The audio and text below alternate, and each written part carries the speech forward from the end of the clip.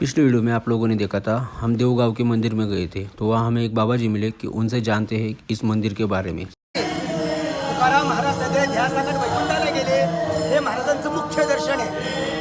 आता वैकुंठ म्हणजे काय लोक विचारतात, ते समर्थ कामान दाखवले, ते पांडुरंगून सदैव वैकुंठाला गेले।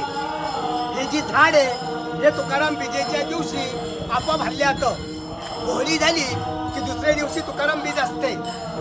ह्या ठिकाणी 4 ते 5 लाख यात्रा भरती। 12:05 हे झाड आपोआप हल्लात दिवसा। आणि ज्या ठिकाणी तुकाराम महाराजांचे ग्रंथ बुडवायला सांगितले रामेश्वर भट्टाने, ते ठिकाणी इथून 1 मैलावरती आहे। पण तिथली शिळा तुकाराम महाराजांनी 13 दिवस उपोषण केलं, शिळेवर बसून 13 दिवशी म्हणजे ग्रंथ कोरडे आले। तुम्ही गावात गेला तिथे पाहायला मिळतील, तिथे पांडुरंगाची स्वयंभू मूर्ती आहे। पंढरपुराहून देव या ठिकाणी आलेत। तुकाराम महाराजांची पूर्व